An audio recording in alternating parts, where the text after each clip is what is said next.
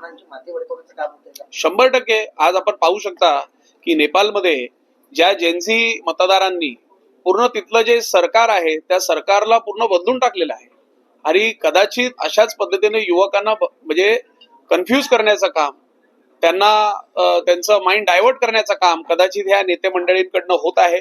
पण शेवटी हा भारत देश आहे, ही महाराष्ट्र आहे आणि महाराष्ट्राचा जो युवा आहे तो सुसंस्कृत युवा आहे. त्यामुळे महाराष्ट्राच्या युवकाला माहिती आहे की त्यांचा विश्वास जो आहे तो आदरणीय मोदी साहेबांवर, महाराष्ट्रामध्ये आदरणीय शिंदे साहेबांवर आहे आणि त्यामुळे अशा कुठलीही पावले उचलणार नाही.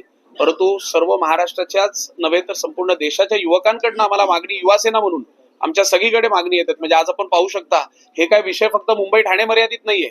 आज हा जो राग आहे आपण पाहू शकता की महाराष्ट्रातून आलेले सर्व युवा सैनिक आहेत, हे महाराष्ट्रातून आलेले आमचे युवा सैनिक हे ह्यांचा हा राग या ठिकाणी व्यक्त करण्यासाठी ते आज या ठिकाणी आलेले आहेत. आणि म्हणून मी आपल्याला सांगतो की जर त्यांनी माफी मागितली नाही तर आम्ही निश्चितपणे शिवसेना स्टाईलने आंदोलन करणार आहोत. तर माफी मागितलीच पाहिजे. महाराष्ट्राच्या युवकांची माफी, देशाच्या युवकांची त्यांनी माफी मागितली पाहिजे. आज प्रधानमंत्री श्री नरेंद्र मोदी साहेब हे युवकांना पुढे नेत आहेत. आज तुम्ही बघा की भारत देश स्टार्टअप्स असतील, वेगवेगळे व्यवसाय असतील, हे सगळे पुढे नेण्यासाठी आज युवकांना पुढे नेण्याचं काम हे आदरणीय मोदी साहेब करतायत, आदरणीय शिंदे साहेब करतायत, महाराष्ट्रामध्ये आदरणीय देवेंद्रजी फडणवीस साहेब करतायत. परंतु संजय राऊत वारंवार अशा टीका करून युवकांचं कुठेतरी प्रोत्साहन कमी करण्याचं काम हे ते करतायत. म्हणून युवा जो आहे तो भारताची ताकद आहे, युवा जो आहे तो या महाराष्ट्राची ताकद आहे, हे भविष्य युवकांचं आहे आणि अशा पद्धतीने युवकांवर टीका करणं हे चुकीचं आहे. हे मी आज आपल्याला या ठिकाणी सांगतोय. प्रामुख्यानं युवासेना एकच मागणी करते की संजय राऊतांनी जसं ट्विट करून युवकांचा अपमान केलेला आहे, संजय राऊतांनी कॅमेऱ्याच्या समोर येऊन महाराष्ट्राच नव्हे तर संपूर्ण देशाच्या युवकांची माफी मागावी, ही आमची त्या ठिकाणी विनंती असणार आहे.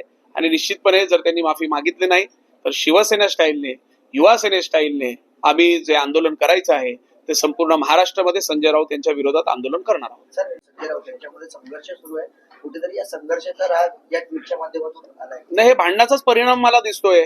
त्या दोघांमध्ये होत असलेल्या भांडणांमुळे कदाचित हे अशा प्रकारे ट्विट, आणि नेमकं रात्रीच्याच वेळेस हे ट्विट येत आहेत, त्यामुळे कदाचित तो कारण असू शकतो. शेवटी मेंटली थोडं आपण डिस्टर्ब झाल्यानंतर आपण आपल्या मनातल्या काही गोष्टी बोलण्याचा प्रयत्न करत असतो, आपण आपल्या घरच्यांशी बोलतो, आपल्या नेतृत्वांशी बोलत असतो.